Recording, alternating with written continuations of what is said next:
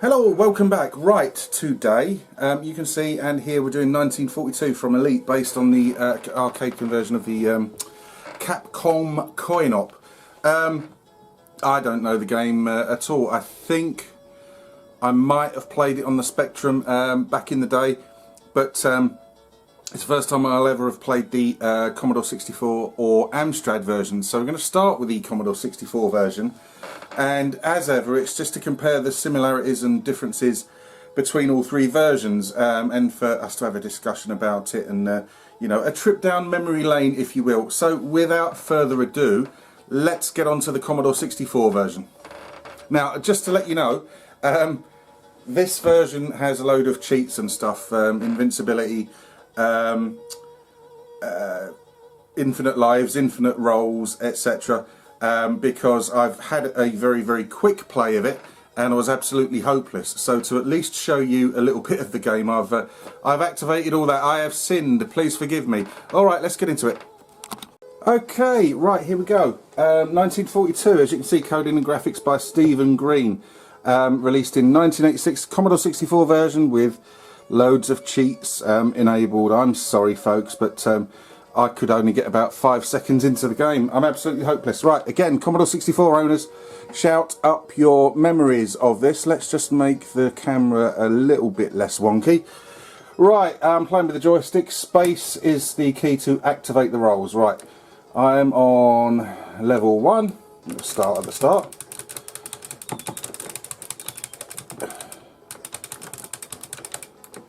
Right, the music, let me just turn the music up. Really good. If I press space, it does that sort of roll thing. Now I've got infinite of those. That sort of gets you out of the way of all the sort of baddies, etc.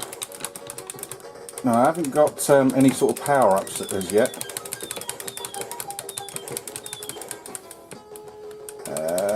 It's playing really nicely. The music is really good. It's moving really nicely and smoothly.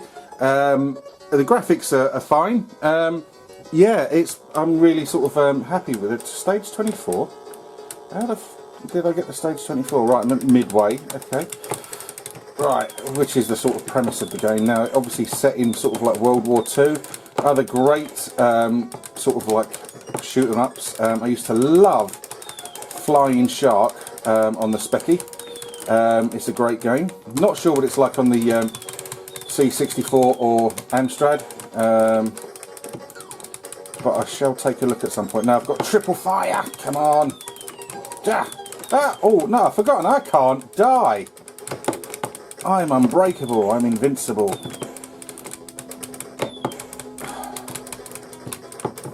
This is, yeah, it's really quite impressive. So what am I doing? I'm going backwards in stages. I don't know. Right. Oh.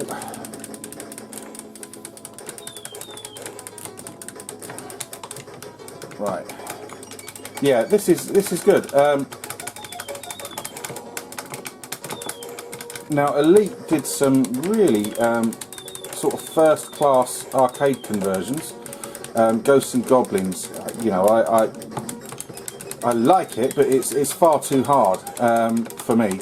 I believe the Commodore 64 version is classed as a classic. Spy Hunter? No, not Spy Hunter, you twit. Oh, what's it called? Space Harrier.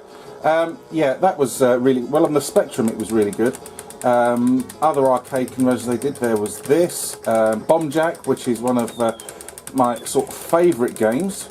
They also did Buggy Boy, which isn't great. Hello, what have I got there then? Oh right, okay. Oh, that's handy. Flying in formation. Oh, I was flying in formation. Oh, I'm invincible, but they're not. Sorry, lads.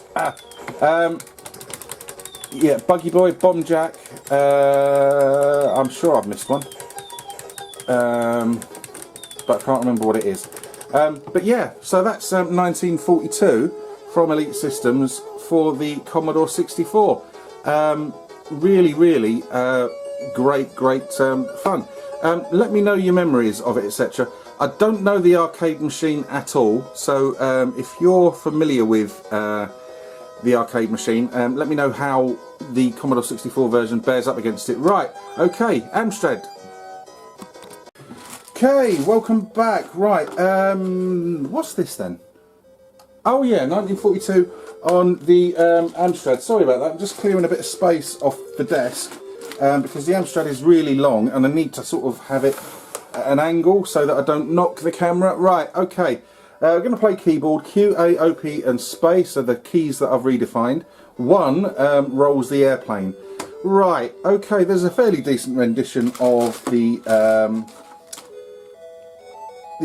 tune that you heard playing through the Commodore 64 version. So let's see how this plays. So I want Billy No Mate's 1 player, so I'm going to press 2. Okay, right, here we go.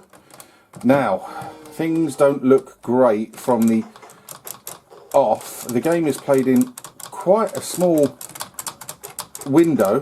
The graphics, although colourful, they're not brilliant. Plays okay, I suppose, but you know, already it's not fantastic. It isn't bad, but it's not fantastic. Oh dear, yeah, this is it's played in such a small window there.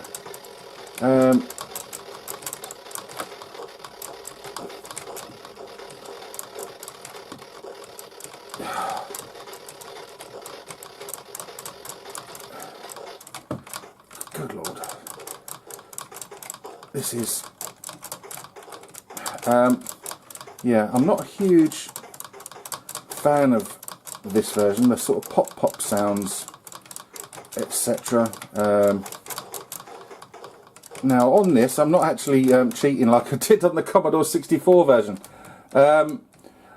So, Amstrad fans, come and tell me what your thoughts of this were. Now, as I've said before, if you had any versions of the game, comment on the for fuck's sake, comment on the version that you know or knew, and also what you think of the games that you haven't seen or heard before, the Spectrum, the Amstrad. I don't know if it came out on any other machines, but I think there was a sequel, wasn't there, 1943, but did that get ported to computers? Now, as I was saying in the Commodore 64 version, I was going on about Elite's cracking conversions that they did, and of course, what did I forget to mention in that part? I didn't mention Commando, which is the subject of a video a couple of weeks back.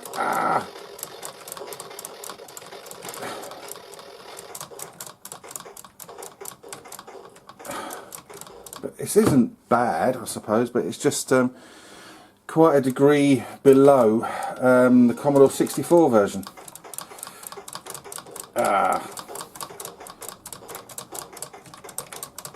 Right, God, I'd never have made it in the Air Force. Oh, for fuck's sake. Right, Last Life. See, the sort of animation when you do that sort of roll thing is, you know, that's quite decent. I think I'm nearing the end of this. Oh, I was nearing the end of the stage. Right, that was 1942 on the Amstrad. Quite not as much fun as the Commodore 64 version, but let's go and check it out on the Spectrum. Okay, welcome back, boys and girls. Right, okay, this is the last of the 3 versions. ZX Spectrum conversion. As you can see, it was coded by Cyrox. So this is the only version of the game I played back in the day, and I didn't play it much at all. Probably only once or twice. So let's have a go at it. I've redefined my keys. QAOP space. Get out of it, dog. Right. Okay. Let's go for a 1-player game. Now that's about the only music you hear in the game. Already you can see, like the Amstrad version, it plays sort of in a window, but in a bigger window by the look of things. And although the graphics are the normal sort of very few colours displayed, etc. Well, I say that, you know, some specky shooters later on were very, very colourful. You got Zynapse and Light Force spring immediately to mind. What other ones can you think of? Now, the graphics are very, very clean. Sound-wise, it's just squidgy bleeps and blobs and stuff like that, and I'm not sure if you can sort of pick that out. Let's just be quiet for a second.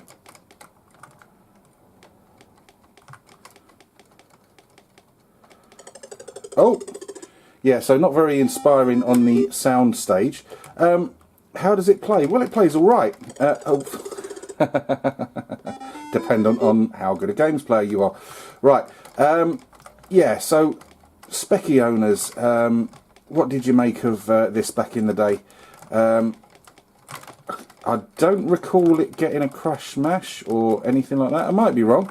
I didn't check that out on World of Spectrum. I'll have to do that at some point. Have a look. Oh, here comes the big bugger.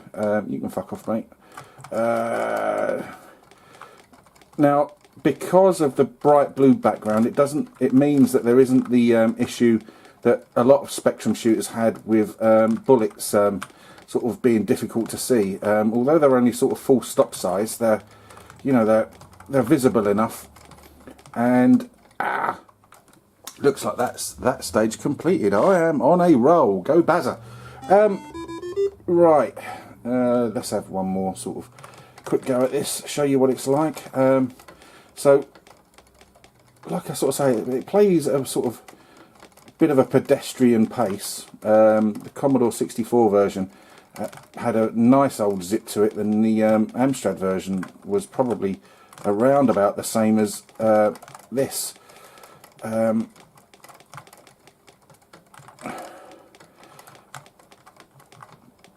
But yeah, I do like the graphics on it.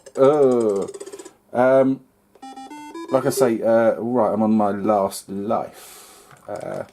You can sort of see what's going on. There's not too much background and stuff to confuse you and for things to get lost in. One more go on that. Sod it, we'll just do that. Yeah, one more go on that. Because it's not a bad game. Is it great? Don't think so, but it's not bad. Come on. Right, where are you, bad guys? Oh, there you are. Right, okay.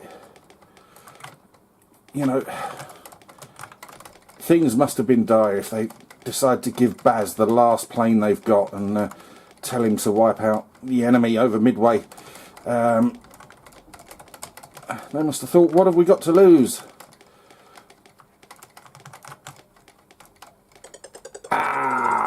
That bullet didn't hit me. Come on. Come on. Oh.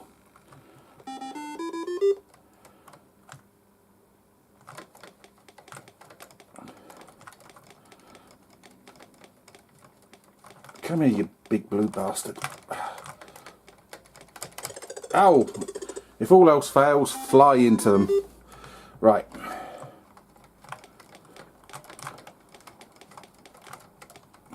Of course, you get the power-ups as well, which, oh, for God's sake, which obviously make things significantly easier. Right, I don't think I need to show you any more of that. Shown you all three versions, now going to the outro. Okay, so there we have it. Commodore 64, Amstrad CPC 464, ZX Spectrum versions of 1942, released by Elite in 1986. Now, my overall thoughts that the Commodore 64 was significantly better than the other two versions. Looked great, sounded great. I'm sorry I had to put the cheats on because otherwise I couldn't have shown you much of it, because it was significantly faster than the other two versions, and I just kept getting mullered all the time. But yeah, it looked good, it sounded good, it played really well. The Amstrad version, it didn't play badly, but it looked bad. I thought the sprites were sort of quite small.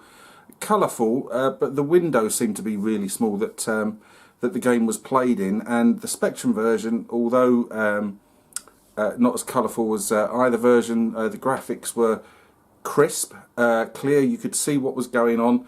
Not much going on in the way of sound in the Spectrum and Amstrad versions, like I sort of said. Sorry about that, my sock just flew off. But yeah, so again, please share your memories and experiences, particularly if you've played it on any other systems, if you remember it from the arcade. Let me know. Now, there is a schedule. Like I say, I'm trying to get Wizard's Lair done, but I need to hunt down a working copy of the Amstrad version. If you like the video, please let me know. If you wish to subscribe, please do so. But please, if you do subscribe, as ever, join in with the discussions and the conversation, because that's what it's all about. Particularly interested in your experiences with whatever version and what you've made of the other versions that you had no experience with. Whether or not they were good, bad, or indifferent impressions that you got of them. Thank you ever so much for watching. Take care. Goodbye.